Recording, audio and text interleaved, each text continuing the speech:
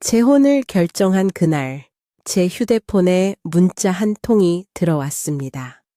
제 눈앞에 놓인 평온이 장독대처럼 와장창 깨질 소리가 들렸습니다. 한 줄의 문장이 제 남은 생을 갈라놓겠다고 이빨을 드러내는 듯 했습니다. 모른 척 닫아버리면 바보가 될 것 같고, 열어보면 인생이 산산이 부서질 것 같았습니다. 저는 올해 66입니다. 남편을 55에 먼저 떠나보내고 작은 분식집과 재래시장 좌판을 오가며 두 남매를 키웠습니다. 아들은 영수, 딸은 미정입니다. 아이들이 장성해서 각자 가정을 꾸린 뒤에도 저는 동네 경로당에서 노래를 배우고 아침마다 공원길을 걷고 때때로 분식집을 다시 열면서 하루를 이어붙였습니다. 그러다 경로당 체조 모임에서 한수라는 분을 만났습니다. 말이 적고 웃음이 단정한 분이었습니다. 함께 걸으며 작은 이야기를 나누다 보니 늙은 날의 빈 의자를 서로 채워줄 수도 있겠다는 마음이 들었습니다. 겨울이 지고 봄이 오던 어느 날, 저는 조용히 마음을 정했습니다. 남은 시간을 서로의 이름으로 부르며 살자고. 그렇게 저는 제 인생에 작은 용기를 보탰습니다. 문제는 제 용기가 제 가족에게는 폭탄처럼 보였다는 점이었습니다. 아들 영수는 중고차 매매업을 하다 연달아 손해를 보고 가게가 휘청겼습니다. 손주 둘의 학원비며 기저귀 값까지 빠듯하다고 하소연하듯 자주 계좌번호를 보내왔습니다. 저는 주저없이 보탰습니다. 그 돈의 꼬리표는 언제나 손주 양육비였습니다. 쌀을 또 하나 언뜻 조용히 붙여보내는 그 손길이 저에겐 늙은 날의 용도처럼 느껴졌습니다. 딸 미정은 제 결정을 걱정 반, 의심 반으로 보았습니다. 아이들 마음이 이해되지 않는 것은 아니었습니다. 그러나 저는 제 삶의 마지막 단추 하나쯤은 제 손으로 채우고 싶었습니다. 그래서 두 아이에게 조심스럽게 제 뜻을 알리고 상견례 비슷한 자리를 한번 만들자고 제안했습니다.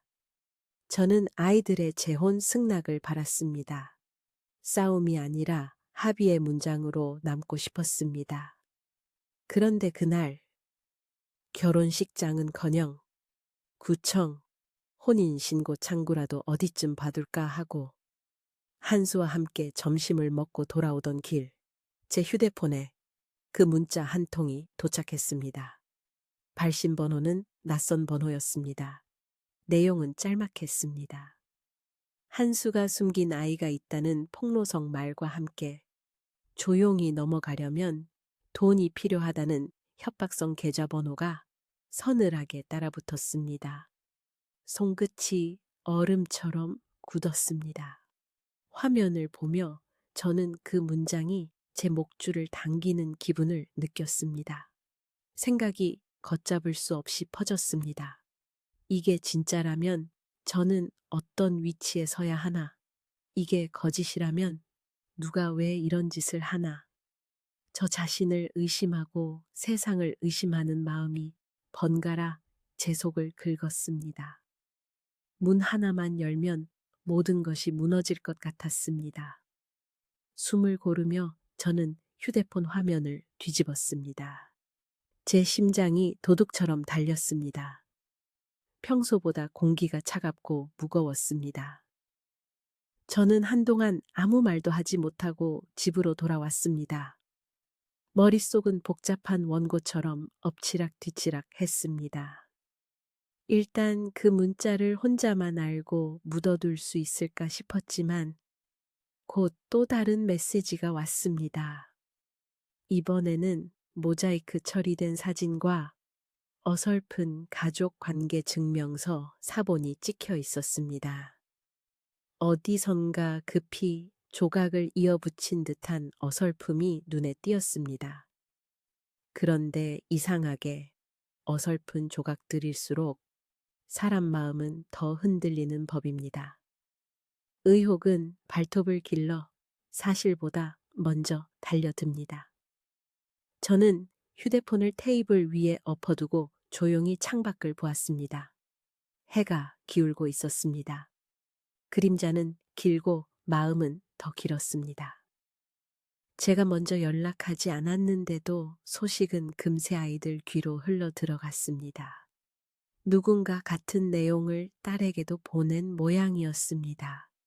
전화를 받으며 저는 가슴이 내려앉는 감각을 느꼈습니다. 목소리의 떨림이 전화를 타고 들어와 제 귓속에서 울렸습니다. 어머니가 속지 말아야 한다는 겁니다. 제가 돈 때문에 경솔한 선택을 했다는 암시가 비수처럼 언저리를 훑고 지나갔습니다. 아들은 손주 양육비 이야기를 꺼냈습니다.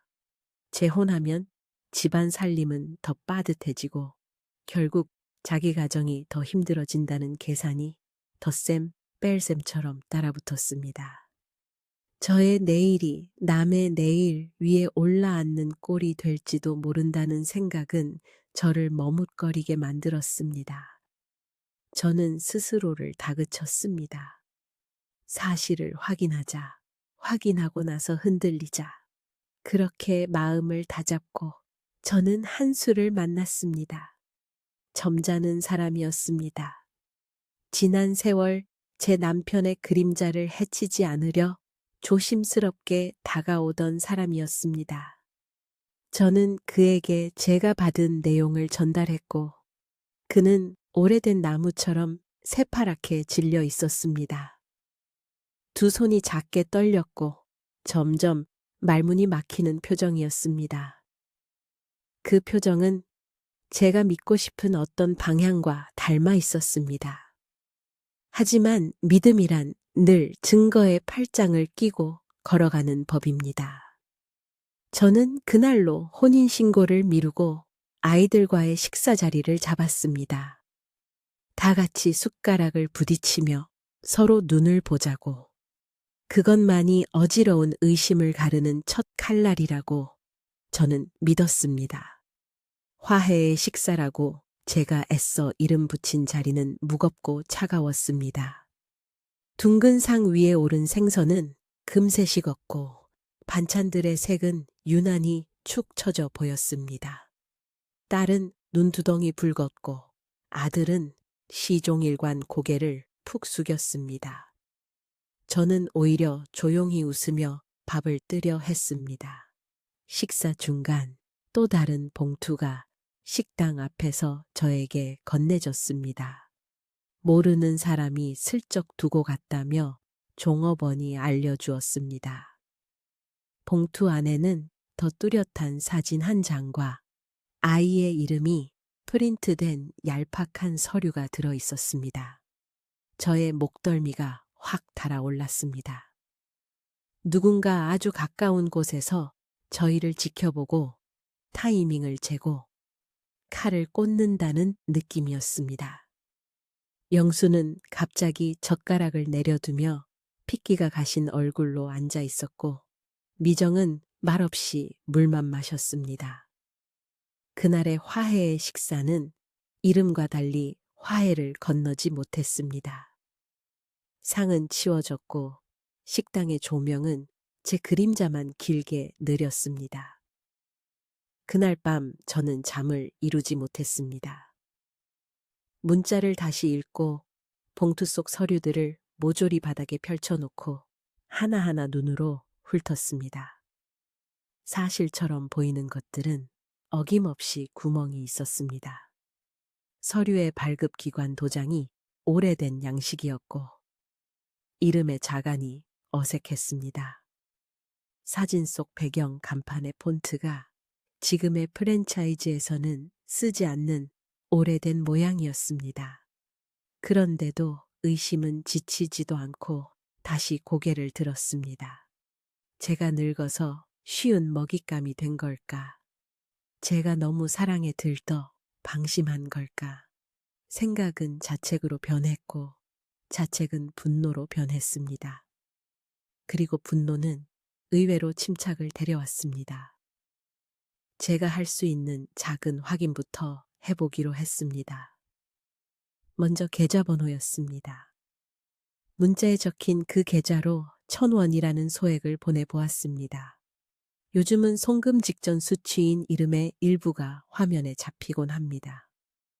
제 휴대폰 화면에는 겨우 4글자만이 번듯하게 떴습니다. 김영까지. 흔한 이름일 수도 있었지만 제 가슴은 내려앉았습니다. 연기라는 글자, 수라는 글자.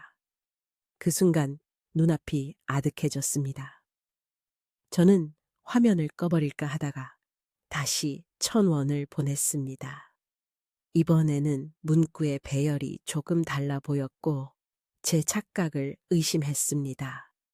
다시 한 번 더 밤중에 같은 숫자를 밀어 올리며 저는 서늘한 확신을 조금씩 손에 쥐었습니다.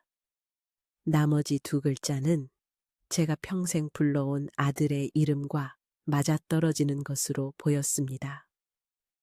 다음 날 저는 우체국에 들렀습니다. 봉투 겉면의 소인을 유심히 제출하며 발송 지점을 묻는 신용을 했습니다. 직원이 알려준 건 저희 동네 옆 아들의 아파트 단지 앞 편의점 무인 우체국이었습니다. 저는 땅이 꺼지는 듯한 감각을 느꼈습니다. 머릿속에서 퍼즐 조각처럼 던져진 의심들이 자리를 찾아가기 시작했습니다. 봉투의 필체도 낯설지 않았습니다. 영수는 어릴 때부터 숫자와 글자를 너무 빠르게 쓰느라 마지막 획이 항상 조금씩 덜렁거렸습니다. 봉투의 자획이 그랬습니다. 귀를 타고 올라오는 이명처럼 저는 제 이름을 누가 부르는 듯한 기분에 시달렸습니다. 저는 그 자리에 서서 한참을 움직이지 못했습니다. 그때서야 저는 지난 몇 달의 장면들이 하나의 결로 엮이는 걸 보았습니다. 아들이 자주 보내던 손주 양육비 요청 메시지, 재혼 이야기가 나온 뒤 갑자기 빈번해진 계좌번호 전송. 그 사이사이 보태달라며 함께 딸려온 사진들. 그리고 결혼 이야기가 진지해질수록 날선 반응. 제가 아들의 숨 고르는 법을 누구보다 잘 아는 사람이라는 사실이 그날만큼은 제 등에 칼처럼 박혔습니다. 저는 결국 그날 저녁 영수에게 조용히 찾아갔습니다. 손주들이 잠든 시간에 현관문 앞에서 한참을 서 있었고 영수와 눈이 마주쳤습니다. 저는 들고 간 봉투들과 제 휴대폰을 테이블 위에 올려두고 제 심장의 박동을 건너 영수의 심장으로 말을 전했습니다. 말이 아니라 눈빛과 손의 떨림으로 전했습니다. 영수의 어깨가 아주 조금 그리고 아주 크게 무너졌습니다. 한동안의 침묵 끝에 영수는 제 손을 붙들었고 저는 그 손에서 어린 날의 정화, 지금 이 순간의 비겁함을 동시에 느꼈습니다. 저는 그가 처절하리만치 가장의 체면과 공포 속에서 길을 잃었다는 사실을 알아챘습니다. 저는 제 마음속에서 커다란 하나를 떼어냈습니다. 분노였습니다. 그리고 대신 단단한 것을 붙였습니다. 경계였습니다. 저는 그날 밤 혼인신고를 미뤘던 제 결정을 접었습니다. 시간을 더 미룰수록 누군가의 불안이 또 다른 누군가의 삶을 시험대에 올릴 것 같았습니다. 다음 날 저는 한수에게 다시 연락을 했고 함께 시장 통닭집에 자리를 잡았습니다. 향이 좋게 올라왔습니다. 기름 냄새 속에서 저는 제 인생의 바닥을 다시 닦아 올리는 기분을 느꼈습니다. 그리고 며칠 뒤 저는 아이들을 다시 불러들였습니다. 2번째 화해의 식사였습니다. 이번에는 간결했습니다. 원망을 늘어놔도 회가 연장될 뿐이라는 걸 저는 지난 자리에서 충분히 배웠습니다. 테이블 위에는 김치찌개와 잡채, 그리고 간단한 전이 놓였습니다. 아이들의 숟가락은 처음보다 조금 가벼워 보였습니다.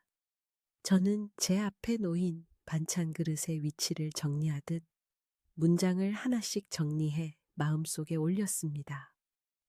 저는 제 삶을 지킬 것이고 대신 아이들의 삶을 방조하는 방식으로 사랑을 낭비하지 않겠다는 것이었습니다. 손주 양육비는 제가 기꺼이 돕되 협박이나 감정의 볼모로 삼지는 않겠다는 약속을 제 안에서 확고히 세웠습니다. 그리고 한수와 제가 서로의 남은 날을 책임지기로 한 뜻은 변치 않을 것이며 아이들의 재혼 승낙은 사랑의 허락이 아니라 존중의 표현이라는 것을 분명히 했습니다. 영수는 그날 식사가 끝난 뒤 조용히 저에게 메시지를 보냈습니다. 짧은 사과와 무릎 꿇은 이모티콘 같은 낯간지러운 상징이 줄을 이었습니다. 문장 사이사이에 그의 불안과 후회가 스며 있었습니다. 저는 그 문자를 읽고 휴대폰을 가만히 내려놓았습니다. 수십 년 전 젖은 기저귀를 갈아주던 제 손을 떠올렸습니다. 사람은 이렇게 성장과 퇴행을 반복하며 겨우 서는 존재라는 것을 새삼 깨달았습니다. 소문은 잦아들었습니다. 동네에 일시적으로 퍼졌던 혼외자 출현이라는 말은 결국 이야기꾼의 심술과 이해관계가 만든 허상이라는 게 밝혀졌습니다. 누구의 입에서 시작되었는지 저는 끝내 묻지 않았습니다. 묻는 순간 누군가는 더 깊은 구덩이에 빠질 것 같았기 때문입니다. 대신 저는 제가 걸어야 할 발걸음의 결만을 다듬었습니다. 한수와 저는 구청의 작은 창구에서 조용히 도장을 찍었습니다. 증명서 종이의 하얀 빈칸들이 우리 두 사람의 빈 의자처럼 나란히 빛났습니다. 검은 잉크는 예상보다 따뜻했습니다. 집으로 돌아오는 길, 바람이 분홍빛 꽃잎을 한 줌 안겨주었습니다. 저는 그 꽃잎을 주머니에 넣었다가 문득 꺼내 바람에 흩뿌렸습니다. 남은 날은 서로의 무릎이 되어주자는 듯 꽃잎들이 제 발등에 잠시 앉았다가 사라졌습니다. 시간은 묘하게 관대했습니다. 영수는 천천히, 그리고 아주 천천히 제 앞에서 허리를 폈습니다. 손주들의 웃음이 제 집 거실을 다시 차지했습니다. 저는 도와달라는 말이 오기 전에 스스로 전화를 걸어 아이들의 스케줄을 물었고 가능한 만큼 필요한 때에 맞추어 손주 양육비도 보탰습니다.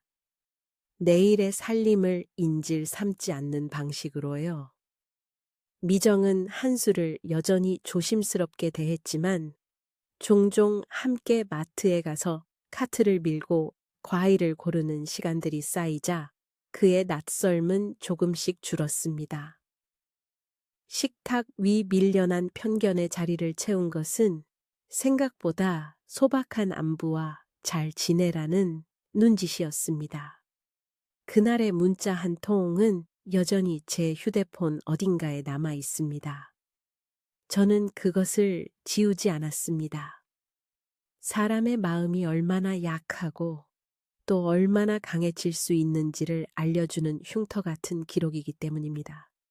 저는 알고 있습니다. 사랑과 돈과 노년의 외로움은 생각보다 자주 얽힙니다. 누군가는 그것을 기회로 보고 누군가는 그것을 삶의 의지로 봅니다. 저는 뒤늦게 어른이 되는 법을 배웠습니다. 사랑 앞에서 미안하지 않고 자식 앞에서 비굴하지 않고 나 자신에게 거짓말하지 않는 법을요.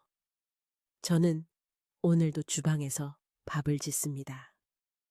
냄비에서 김이 오르고 장독대처럼 속이 뻥 뚫리는 향이 집안을 채웁니다.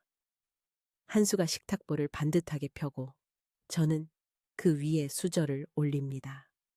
이렇게 평범한 하루를 얻기까지 저는 제 인생의 몇몇 문장에 굵은 밑줄을 그어야 했습니다. 누군가의 불안이 만든 얄팍한 서류에 휘둘리지 않기 위해, 누군가의 사랑을 볼모로 더 이상 흔들리지 않기 위해서요. 가족을 사랑하되 가족의 두려움에 끌려다니지 않는 태도는 늦게라도 배워야 하는 숙제 같습니다. 결국 저는 아이들의 재혼 승낙을 받아냈습니다.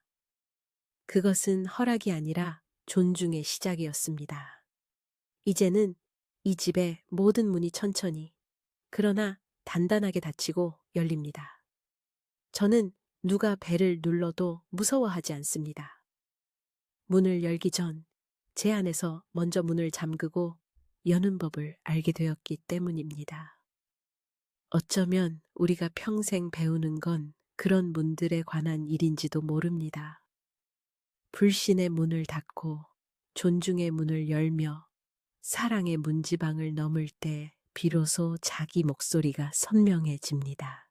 그리고 그 목소리를 따라 걷다 보면 언젠가 내 이름으로 된 저녁이 식탁 위에 조용히 놓입니다. 사람은 누구나 흔들립니다.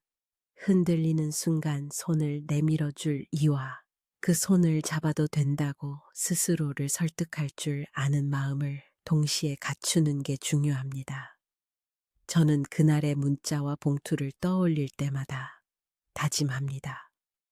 두려움에 휘둘리지 말자. 사랑을 빌미로 사람을 다치게 하지 말자. 결국 성숙은 경계에서 피어난다는 것을 잊지 말자고요. 그러니 이제 묻고 싶습니다. 사랑과 돈과 가족의 경계가 어지럽게 얽힐 때 여러분은 어떤 문부터 열고 닫으시겠습니까?